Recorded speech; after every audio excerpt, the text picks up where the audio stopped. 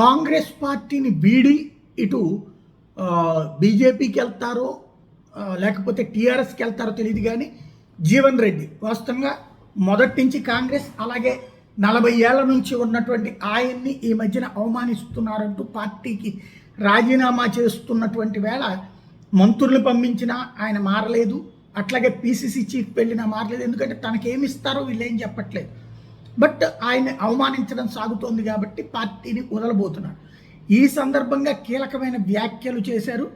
వైఎస్ఆర్ పైన, జగన్ పైన quid pro కో అంటూ అవినీతి ముద్ర శత్రువులు వేయలేదు, కాంగ్రెస్ వాళ్లే వేశారు, అందుకే జగన్ బయటికి వెళ్ళిపోయాడు అని చేసినటువంటి వ్యాఖ్యలు సంచలనం సృష్టిస్తున్నాయి. వైఎస్ఆర్ కాంగ్రెస్ పార్టీ శ్రేణులు ఇప్పుడు ఇది వైరల్ చేస్తున్నాయి.